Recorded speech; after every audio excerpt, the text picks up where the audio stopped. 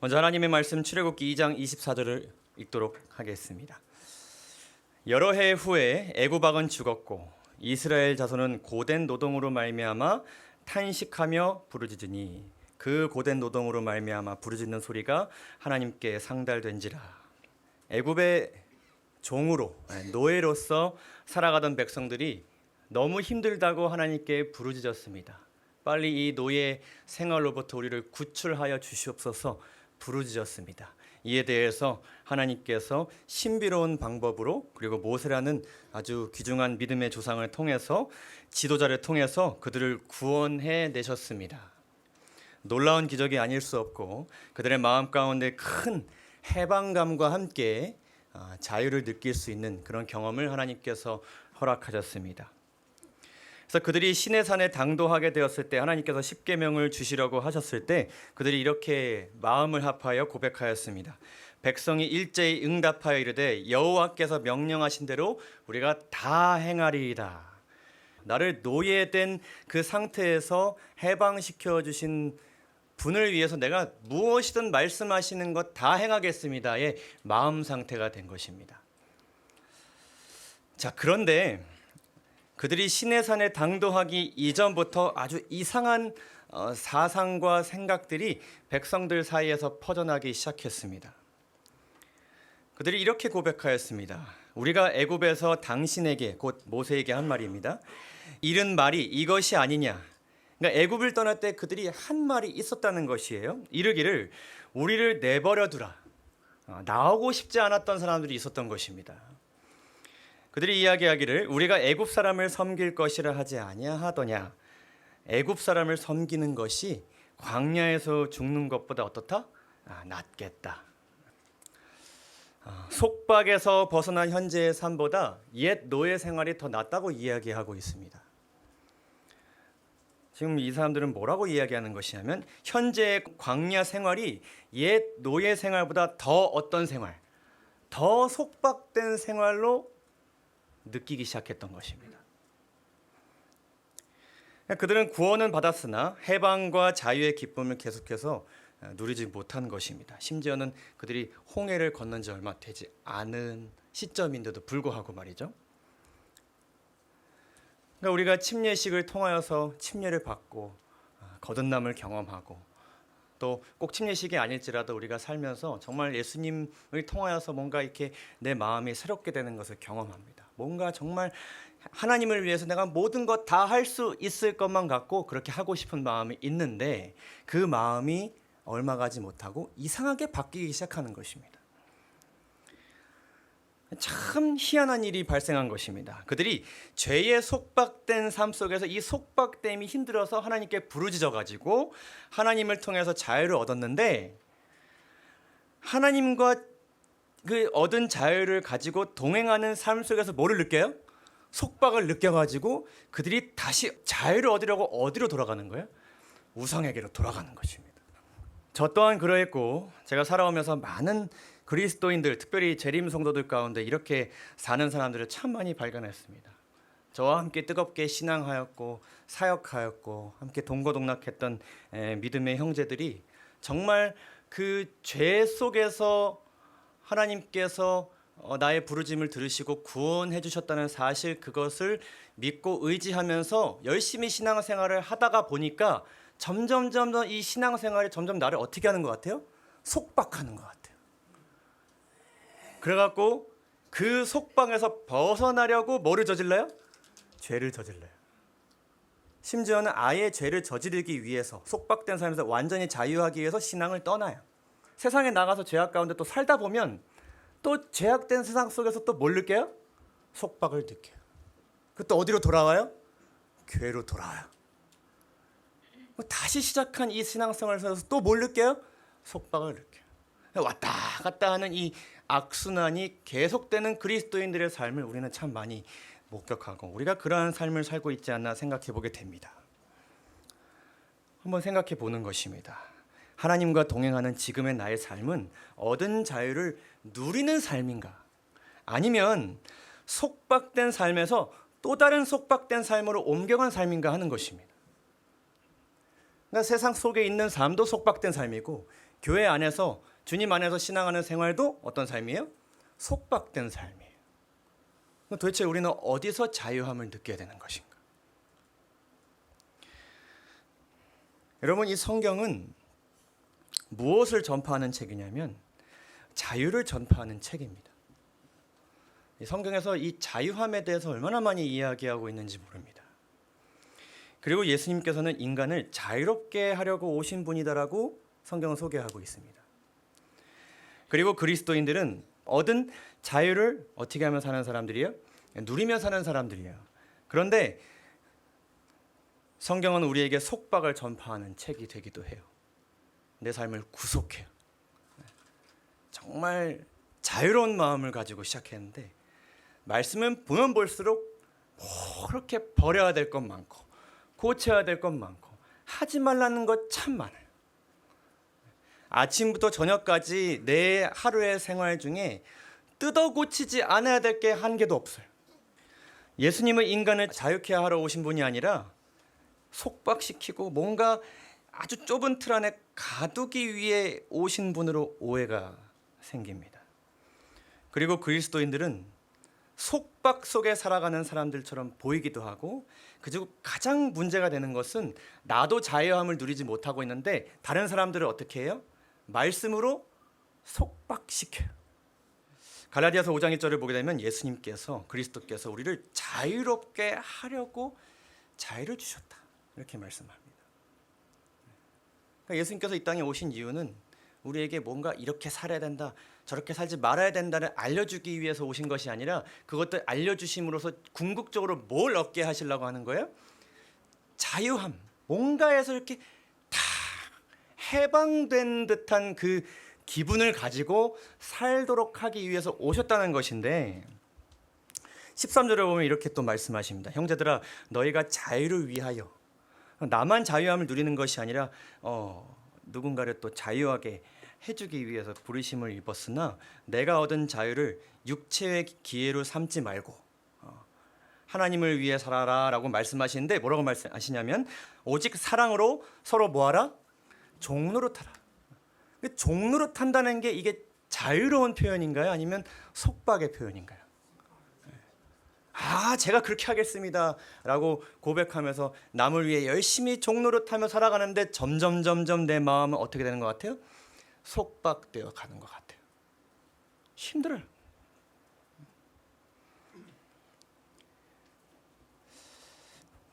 이러한 마음을 가질 수 있는 우리 자신을 되돌아보면서 우리는 어떻게 하면 참된 자유를 계속 누릴 수 있는가 생각해 보고자 하는 것입니다.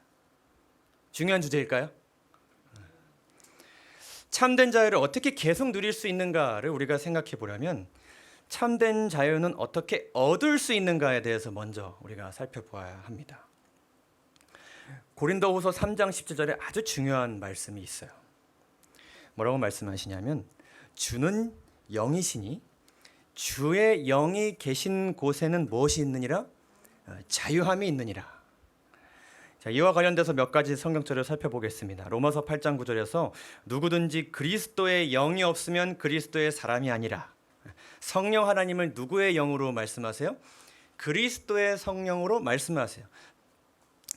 성령께서 하시는 일, 우리가 잘 아는 말씀이죠. 요한복음 14장 26절.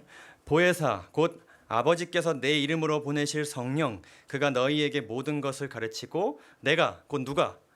예수님께서 우리에게 말씀하신 모든 것을 생각나시기 위해서 우리 마음 가운데 오신다고 하셨어요. 그러니까 성령께서 우리 마음 가운데 들어오시면 누가 생각나는 거예요? 예수님이 생각나는 것입니다.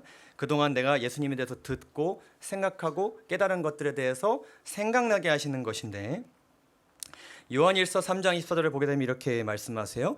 그의 계명을 지키는 자는 주 안에 거하고 주는 그의 안에 거하시나니 우리에게 주신 성령으로 말미암아 그가, 곧 누가? 예수님께서 누구 안에? 우리 안에 거하시는 줄을 우리가 아느니라. 그러니까 간단하게 얘기해서는 성령이 계시는 곳에 예수님이 계시는 것이고 예수님이 계신 곳에 성령 하나님이 계시는 것이다. 그리고 그 두 분이 함께 하시는 그곳에 무엇이 있게 될 것이다? 자유함이 있게 될 것이다. 그래서 다시 한번 정리해 보면 여러분, 성령 충만함은 곧 누구 충만함이에요? 예수 충만함이에요. 내 마음에 예수님과 관련된 것으로 가득 차게 된 그 상태가 성령 충만한 상태라는 것입니다. 근데 그 가운데 뭐가 있는 것이다? 참된 자유가 있는 것이다. 재림교회 주석은 그리스도인에 대해서 이렇게 설명합니다. 그리스도인은 자신이 하는 모든 것을 예수 그리스도와 연관시켜 행한다. 그러니까 내가 생각하는 대로 선택하고 행동하는 것이 아니라 그 모든 행동의 근거가 되는 것이 다 누구에게서 오는 거예요? 예수님에게서 온 거예요. 화인 여사 주석을 보게 되면 그리스도만이 우리를 도우실 수 있고 우리에게 승리를 주실 수 있다. 그리스도는 우리 안에서 우리의 무엇이 되어야 된다? 모든 것이 되어야 된다. 이렇게 된 상태에 있는 사람이 곧 무엇을 경험하는 것이고 성령 충만을 경험하는 것이고 그 마음 가운데 무엇이 있는 것이다? 자유함이 있는 것이다. 여기까지 이해가 되셨을까요? 자, 그러면 이 성령 충만함, 곧 예수 충만함이 우리의 마음 가운데 어떤 과정을 통해서 있게 되는가 생각해 볼 필요가 있겠죠. 지난주에 김대성 목사님 말씀을 통해서 여러분 기본적인 내용을 배우셨지만은 그것이 실제적으로 사람들의 삶 가운데 어떻게 적용되는가에 대해서는 사도행전 2장을 보면 아주 잘 우리가 알 수 있습니다. 사도행전 2장 4절을 보게 되면 그들이 다 성령의 충만함을 받았다라고 기록하고 있습니다. 성령의 충만함을 받았으니 그들의 마음 가운데 누가 가득 차신 거예요? 예수님이 충만히 역사하신 거예요. 그리고 성령 충만함 가운데 있었으니 그들에게 무엇이 있었겠어요? 자유함이 있었겠죠. 어떻게 그들이 그러한 성령 충만함을 받을 수 있었는가? 이들이 성령 충만함을 받은 모습을 보고 베드로의 설교를 듣고 사람들이 질문했습니다. 어떻게 하면 그렇게 될 수 있습니까? 라고 이야기했을 때 이렇게 말씀합니다. 너희가 회개하여 각각 예수 그리스도의 이름으로 침례를 받고 무엇을 받으라? 죄 사함을 받으라. 그리하면 성령의 선물을 받을 것이다. 자유함 또한 무엇으로부터 올까요? 참된 회개로부터 오는 것이죠. 여기에 간절한 기도가 더해지는 것이고요. 참된 회개, 이것은 성령 충만을 위한 첫 번째 조건입니다. 자유함을 얻기 위한 매우 중요한 첫째 조건인 것이죠. 오늘 이제 침례식이 있게 되는데 침례식에 임하는 우리의 마음가짐이 어떤 마음이어야 합니까? 주 앞에서 내 죄된 자는 죽고 회개함으로써 오늘 우리가 함께 배웠죠. 예수님으로 그리스도로 새 옷을 입는 그 결심이 있는 것이 침례식의 그 의미죠. 근데 이 참된 회개는 무엇으로부터 오는 것인가? 어떻게 이 참된 회개를 할 수 있게 되는 것인가? 로마서 2장 4절을 보게 되면 이렇게 말씀하시죠. 혹 내가 하나님의 무엇으로 하나님의 인자하심이 너를 인도하여 회개하게 하심을 알지 못하여 이렇게 말씀하십니다. 그러니까 참된 회개는 무엇으로 오는 것이에요? 하나님의 인자하심. 그 하나님의 인자하심은 무엇을 통해 우리가 배울 수 있습니까? 누구를 통해 배울 수 있습니까? 성령 하나님 통해 배우는데 그 인자하심 모습 자체는 누구를 통해 우리가 알 수 있습니까? 예수님을 통해 알 수 있는 것이죠. 여러분, 사도행전 2장에서 그들이 성령 충만함을 선물로 받게 되었는데 이 성령 충만함은 여러분 오순절 성령 사건으로부터 생긴 것이 아닙니다. 시작점이 거기가 아니에요. 그들이 오순절이 다가왔을 때 기도하고자 했고 회개하고자 했던 그 마음을 가질 수 있게 된 그 이전 시간이 훨씬 더 중요한 것입니다. 그것은 무엇이었어요? 3년 반 동안 예수님과 동행하면서 그분의 삶과 그분의 십자가를 경험한 시간이 있었기 때문에 그들이 회개함으로 이끌어지게 된 것입니다. 그러니까 사복음서가 없었다면 사도행전은 없습니다. 사복음서 없이 성령 충만의 역사, 초대교회의 역사는 절대로 일어나지 않습니다. 예수님께서는 이 제자들과 동행하는 가운데 제자들이 얼마나 많이 예수님을 오해하고 연약함을 드러내고 많이 싸우고 했는지 여러분 잘 아시죠? 근데 정말 은혜스러운 것은 예수님께서 그들이 그러한 연약함을 보였을 때에 그들을 다른 제자로 대체하지 않으시고 끝까지 그들과 동행해 주셨고, 또 이 제자들도 십자가 직전까지 예수님께서 이 땅에 오신 사역을 오해했지만 끝까지 누구 곁에 붙어 있었어요?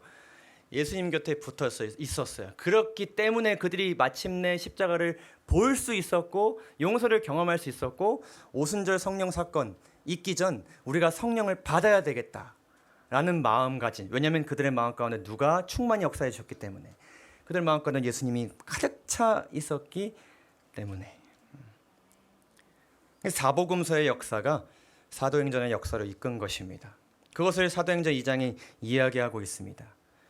그들이 회개하게 된 그 동기, 그것은 무엇이었는가? 그런즉 이스라엘 온 집은 확실히 알지니 누가 십자가에 이 예수를 못 박았다. 너희가, 내가 그분을 십자가에 못 박았다는 것을 예수님과 동행함으로 알게 된 것입니다. 내가 그분에게 얼마나 많은 죄를 저질렀고 얼마나 그분을 실족시켰으며 얼마나 많이 실망시켰는가에 대한 생각 가운데 그들이 사로잡히게 되었을 때에, 예수님을 찌른 내 자신을 발견하게 되었을 때 그들의 마음이 어떻게 되었어요? 찔림을 받게 되었어요. 그래서 그들이 이렇게 얘기하게 된 것이, 우리가 어떻게 해야 됩니까? 그분을 위해서 우리가 무엇을 해야 됩니까? 그때 이 말씀이 주어진 것이죠. 회개하라. 잘못했음을 인정하라. 그리고 너희가 무엇을 받으라? 죄사함을 받으라. 잘못했음을 인정하면 그분께서 무엇을 해주실 것이다? 용서해 주실 것이다. 그리하면 성령의 선물을 받게 될 것이다. 이 과정을 영감의 글 사도행적이 아주 자세히 기록하고 있습니다. 제자들은 약속이 성취되기를 기다리면서 참된 회개로 그들의 마음을 겸비하게 하고 그들의 불신을 자복하였다. 그리스도께서 운명하시기 전에 그 3년 반 동안 그들에게 하신 말씀을 상기하였을 때에 그들은 그 의미를 더욱 충분히 깨닫게 되었다. 기억에서 사라졌던 진리들이 그들의 마음에서 다시 떠올랐으며 그들은 이것들을 서로에게 되풀이하였다. 그들은 구주를 오해한 자신들을 체크하였다. 왜 우리가 그때 그 말씀을 그때 이해하지 못했을까? 들으려고 하지 않았을까? 그리스도의 경이로운 생애의 장면들이 마치 행렬처럼 그들 앞에 스쳐 지나갔다.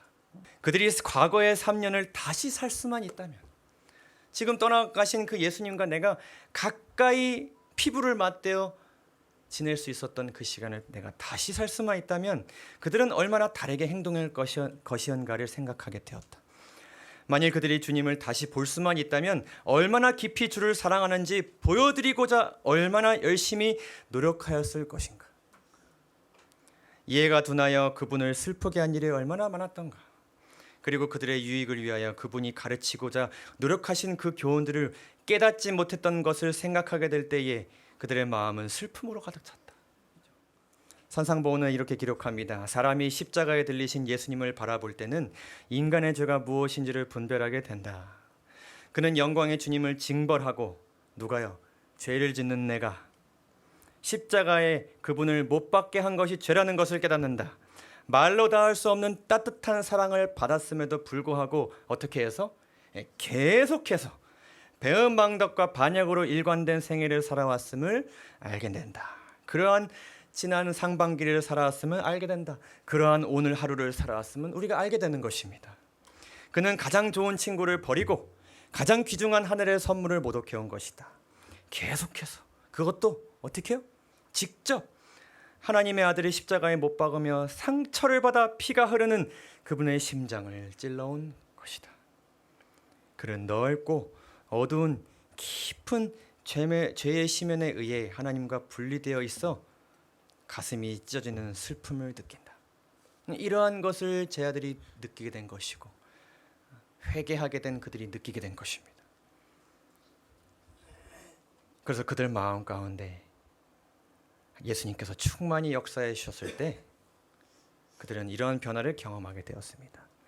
그러나 그들, 곧 그분을 찌른 그들은 용서를 받았다는 생각으로 위로를 받았다. 생각하면 생각할수록 도저히 우리는 무엇을 받을 수 없는 사람들이에요?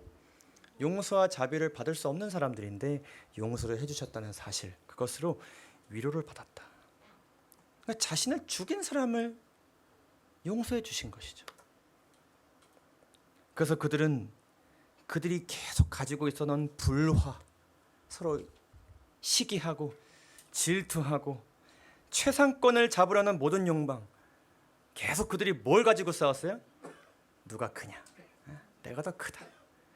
그 싸움을 하면서 예수님의 말씀을 듣지 못했던 그 모든 기억들을 떠올리면서 이것을 버리고자 했습니다. 씻어버리고 싶은 더러운 것들로 느껴진 것이죠. 그들은 그리스도인 교제를 통하여 모두 친밀해졌다.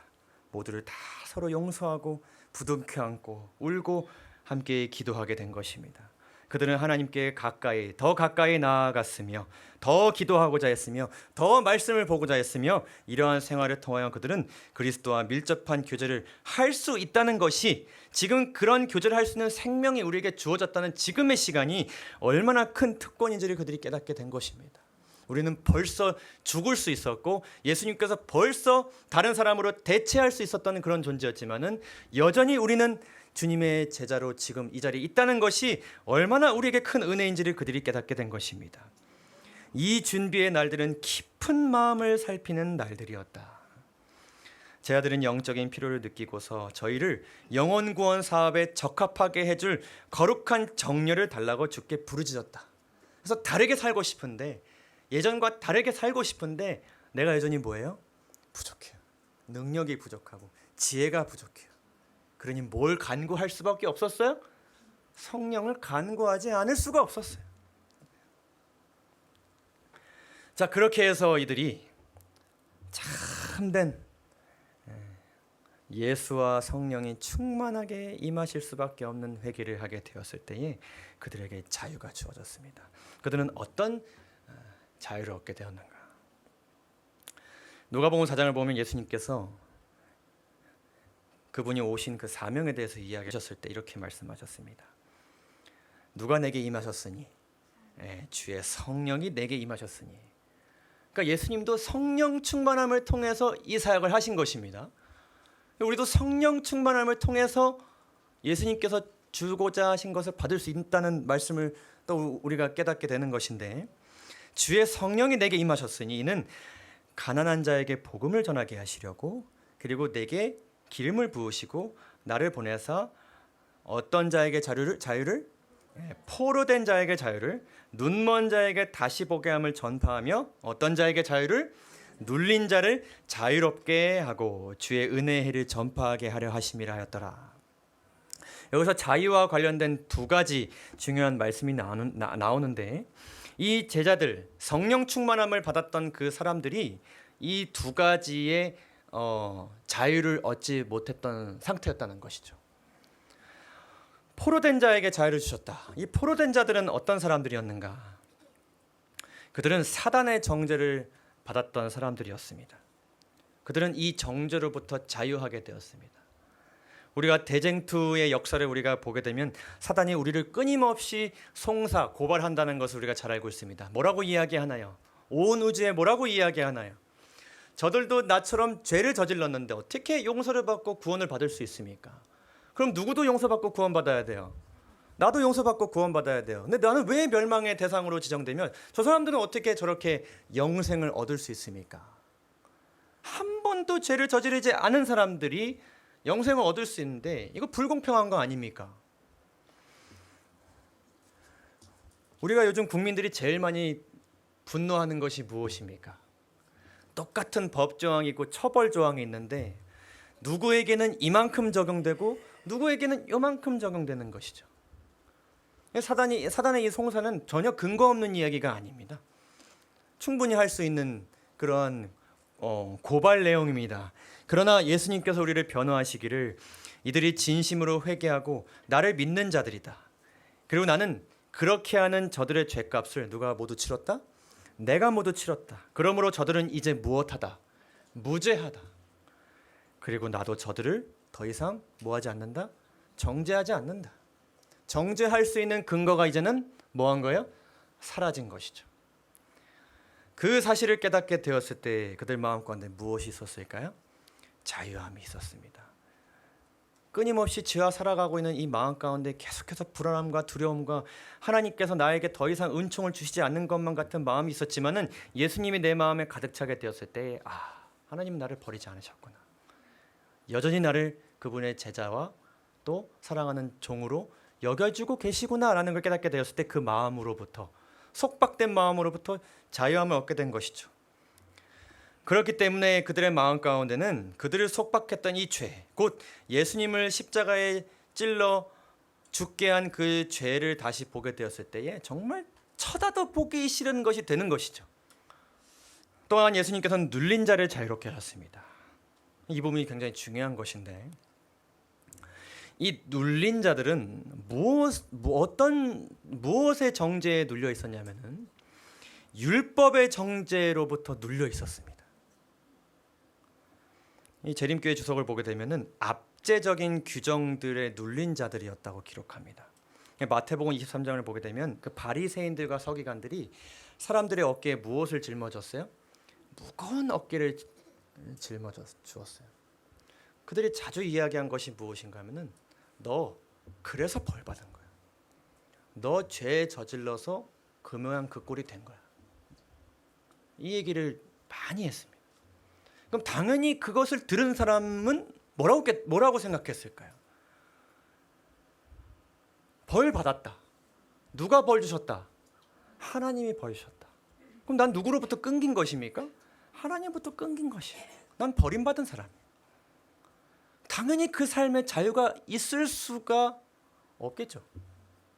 버려진 사람이니까요. 그런데 예수님이 내 마음에 충만하게 되었을 때에 나를 사랑하시는 그분의 그 마음이 너무나도 크고 목숨을 버릴 만큼의 사랑이었다는 것을 알 수 있게 되었을 때에 우리는 그분을 위해서 뭔가 하고 싶게 됩니다. 그래서 이 율법이 나를 속박시키는 무서운 법정, 하나님께서 나를 계속 감시하시고 잘 지키나 보시는 그런 분이 아니라 우리에게 복을 주시기 위해서 율법을 주신 분으로 바뀌게 되는 것이죠. 그러면서 누가 시키지 않아도 뭐예요? 자발적으로 이것을 막 지키고 싶어요. 근데 시편 1편을 보게 되면 이 시편 기자가 뭐라고 얘기해요? 막 주야로 이거를 묵상하고 싶고 막 이거를 보는 것이 어떻다? 즐겁다라고 이야기하는 것입니다.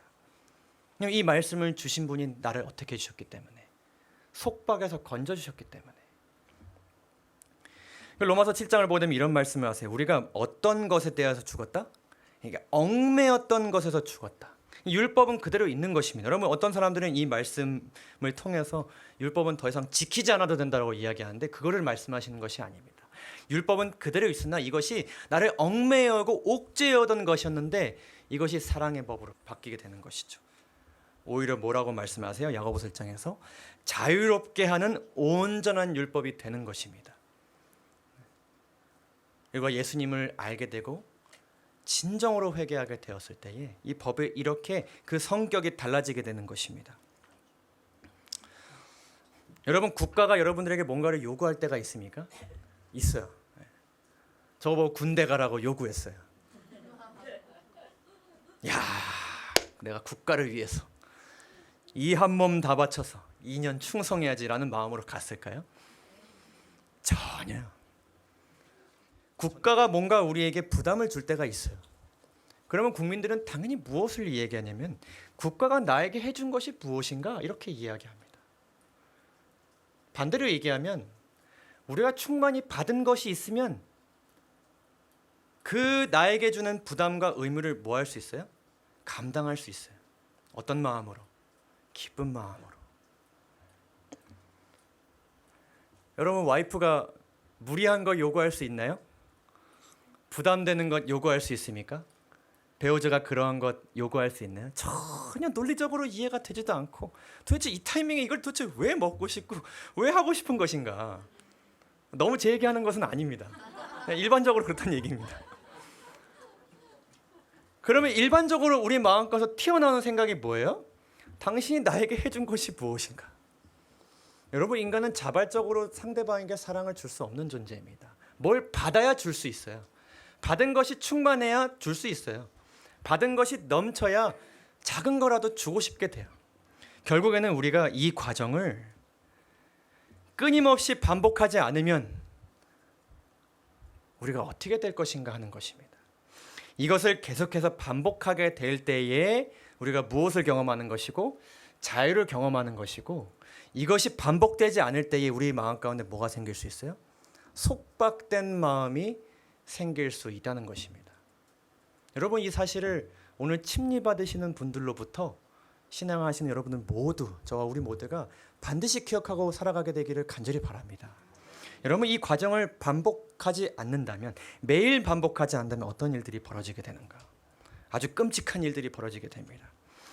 여러분, 시편 119편을 보게 되면 이 시편 기자가 이렇게 살아간다고 고백해요. 이 고백하는 이 시편 기자의 이 평소의 표정과 마음가짐을 여러분 한번 상상해 보시죠. 내가 주의 율법을 항상 지키리이다. 영원히 지키리이다. 내가 주의 법들을 구하여 싸우니. 그러니까 내가 뭘 지킬지를 내가 구하는 것입니다. 알려달라고. 그러니까 내가 이렇게 앉아 있는데 하나님께서 너 이거 해야 돼. 야야야 너 이거 해야 돼. 그러고 있을 때가 아니라 이런 게 아니고 제가 뭘 하면 좋을지 알려주세요. 이런 마음가짐인 거죠. 그런데 이 사람이 어떻게 걸어갈 것이라고? 자유롭게 걸어가는 것입니다.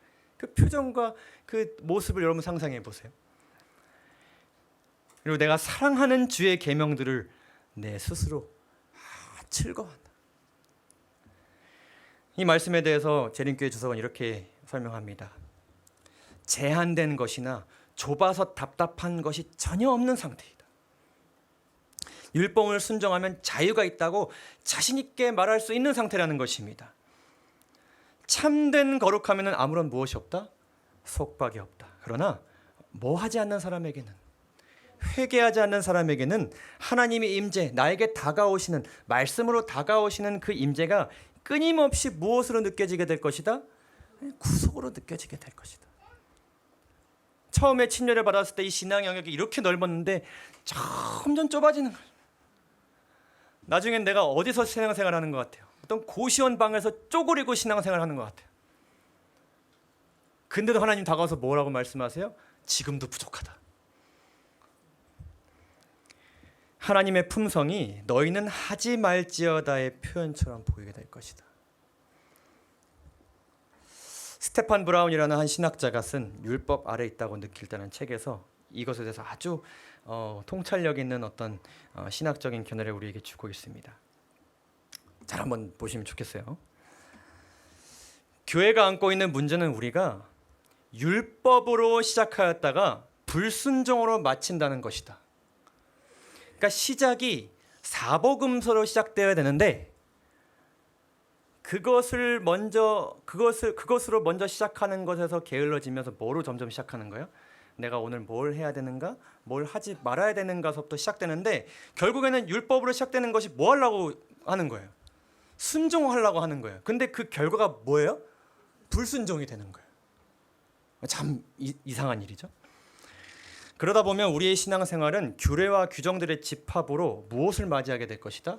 종말을 맞이하게 될 것이다. 이 종말이 무엇인지 이따 설명하는데, 그리하여 이러한 규례들과 규정들은 점차 확대되고 광범위해져서 바리새인적인 종교, 곧 나와 주변 사람들을 규정 속에 속박시키는 신앙으로 전락하게 될 것이다. 그렇게 되면 예수님께서는 헛되이 죽으신 것이다. 이것이 종말입니다. 신실한 그리스도인들이 불순종하는 사람들로 바뀌게 되는 것이다. 잠시 뭐 하고 싶어요? 떠나고 싶어요. 자유를 찾아서 떠나고 싶어요. 그런 경우가 있는데 그 이유는 그들이 반항적이라든가 아니면 어떠한 것에 구애받지 않으려고 하기 때문이 아니다. 그들은 다만 어떻기 때문이다? 지쳤기 때문이다. 신앙생활하는 것이 이렇게 지쳐가는 것이죠. 계속해서 그들은 육신으로 율법을 지키고 또 지키려고 하지만 계속된 실패로 지쳐서 심신이 다 지쳐 문드러져 가지고 더 이상 할 수 없게 된다. 그리고 순종하기 위한 그들의 노력은 오히려 그들을 죄로 이끌고, 왜 하나님은 이런 것일까? 성도들은 왜 이런 것일까? 나는 왜 이런 것일까? 라는 마음으로 이끌어가면서 이것은 무엇을 또 일으켜요? 싸움을 일으켜요. 내 안의 싸움, 타인과의 싸움을 일으켜요. 그것은 결국 분열과 패배를 낳게 된다. 그리고 패배는 더 많은 죄를 낳게 하고 결국에는 자발적이고 노골적인 불신앙에 이르게 된다. 더 이상은 난 못하겠다. 난 떠나겠습니다. 아주 우리에게 중요한 이야기를 우리 해주고 있습니다. 우리는 오직 자유로 시작할 때에 비로소 순종으로 마칠 수 있게 된다. 신실함은 사랑과 자유로 시작하는 일련의 과정의 결과이다. 강팍한 마음은 율법으로 시작하는 과정의 결과이다. 오늘 우리의 하루를, 우리의 인생을 무엇으로 시작하느냐를 우리가 되돌아봐야 되는 것입니다. 하나님의 자비하심을 통한 참된 회개는 참된 자유함으로 이끌고 이는 자발적이고 신실한 순종으로 이끌게 되는 것입니다. 이렇게 되었을 때 이 참된 자유의 열매는 무엇인가? 그 속박에서 벗어난 그 해방감을 우리가 느끼게 되었을 때 우리의 삶 가운데 어떤 열매들이 있게 되는 것인가? 여러분 갈라디아서 5장 22절과 23절을 보게 되면 무엇의 열매가 나옵니까? 성령의 열매가 나옵니다. 저는 이 말씀을 굉장히 오랫동안 별로 좋아하지 않았습니다. 이 성령 충만함의 열매라는 것이 저로 하여금 얼마나 많은 부담감을 주었는지 모릅니다.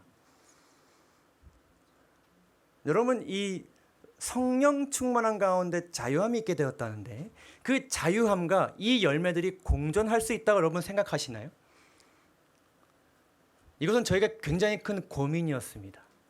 왜냐하면 성령 충만함의 열매가 내 심령 가운데 맺어지지 않을 때에 내 마음에 뭐가 생기냐면 부담감이 생기는 거예요.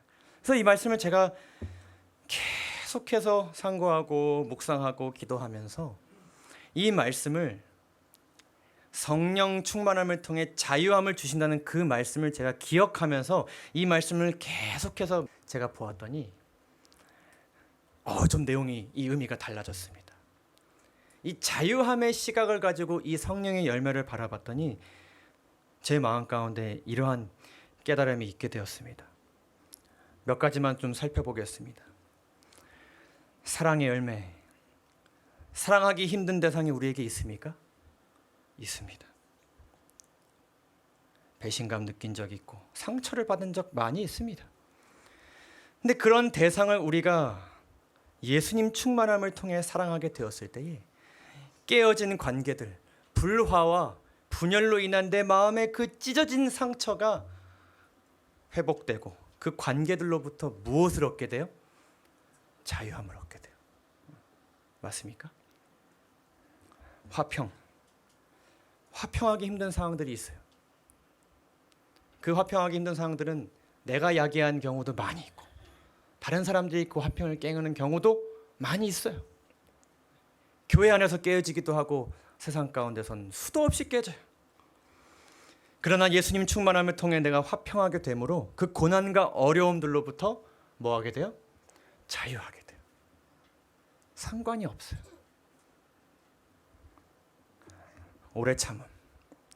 오래 참기 힘든 상황들 어제도 있으셨죠? 참지 못한 내 자신 지난주도 많이 발견하셨죠? 더 기다려야 하는 줄을 알지만 기다리지 못하는 내 자신을 발견하게 됩니다. 그러나 예수님께서 조금 더 참게 해주셨을 때 내 마음 가운데 가득 찼던 조급함과 염려로 인한 스트레스로부터 무엇을 얻게 돼요? 자유를 얻게 돼요. 온유함입니다. 겸손하기 참 힘들어요. 아무리 생각해도 내가 좀 더 나은 것 같아요. 나만큼 열심히 하는 사람이 없는 것 같아요. 참 도와주지 않는 것 같아요. 따라오지 못하는 것 같아요. 그러나 예수님을 바라보게 되었을 때 그리고 겸손하게 되었을 때 내 마음을 가득 채웠던 자만과 교만함으로부터 뭐하게 돼요? 자유하게 돼요. 마지막으로 절제입니다. 끊기 힘든 것 많이 있죠. 먹는 것, 하는 것 참 많아요. 그러나 예수님 바라보면서 성령 충만함 가운데 어제보다 좀 더 참게 되었을 때 결국 참지 못해서 생기는 수많은 결과들로부터 우리가 자유할 수 있게 돼요. 질병들, 스트레스로 인한 여러 가지 어려움들, 방종함으로 내 삶이 무너지는 것들로부터 우리가 자유함을 얻게 됩니다. 그래서 성령의 열매는 자유하시기 위해 우리에게 주신 열매들임이 분명합니다. 그렇게 된다면 우리 마음에 뭐가 있을까요? 기쁨과 평강과 소망이 가득 차게 됩니다. 어떻게 되었으니까? 자유로워졌으니까. 요한복음 14장에서 우리에게 이 성령에 대해서 말씀하신 것, 이 26절 바로 다음에 뭐라고 말씀하시냐면 성령 충만함을 통해 예수 충만함이 너희에게 임하게 될 것이라는 것을 말씀하시면서 바로 다음 구절에서 뭐를 우리에게 약속하시냐면 평안을 우리에게 약속하십니다. 이 평안은 아무에게나 주어지는 것이 아닙니다. 성령 충만함과 예수 충만함을 통해서 자유를 경험한 사람들에게 주어지는 귀한 은혜인 것입니다. 여러분, 이 평안을 누리고 살고 싶지 않으십니까? 하루하루 평안하게 살고 싶지 않으십니까? 그러면 우리가 무엇을 먼저 해야 될까요? 영감의 글을 보게 되면 이렇게 기록합니다. 주님은 당신의 백성이 곡하는 자들이 되는 것을 기뻐하지 않으신다. 주님 이러고 계속 그 그늘진 감정 속에서 진리라는 것만 붙들고 속박된 삶을 살기를 원하지 않으신다는 것입니다. 하나님의 백성이 하나님의 아들들이 누리는 그 자유를 누리도록 하시기 위해서 하나님은 그들이 죄를 무엇하기를 바라신다? 회개하기를 바라신다. 그렇게 되면 그들은 하나님을 찬양하는 마음이 충만해질 것이며 더 나아가 누가 복을 얻게 될 것이라고요? 다른 사람들이 복을 얻게 될 것이라고. 반드시 참된 회개를 통해 자유한 그 마음을 가지고 나가게 될 때에 나에게 임한 그 복이 그들에게도 반드시 임하게 될 것입니다.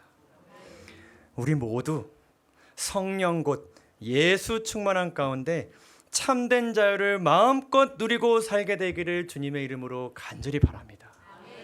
여러분 모두 자유하시기 바랍니다. 자유로워지시기 바랍니다. 자유롭게 사시기 바랍니다. 주님의 이름으로 축원하겠습니다. 말씀을 마치겠습니다. 감사합니다.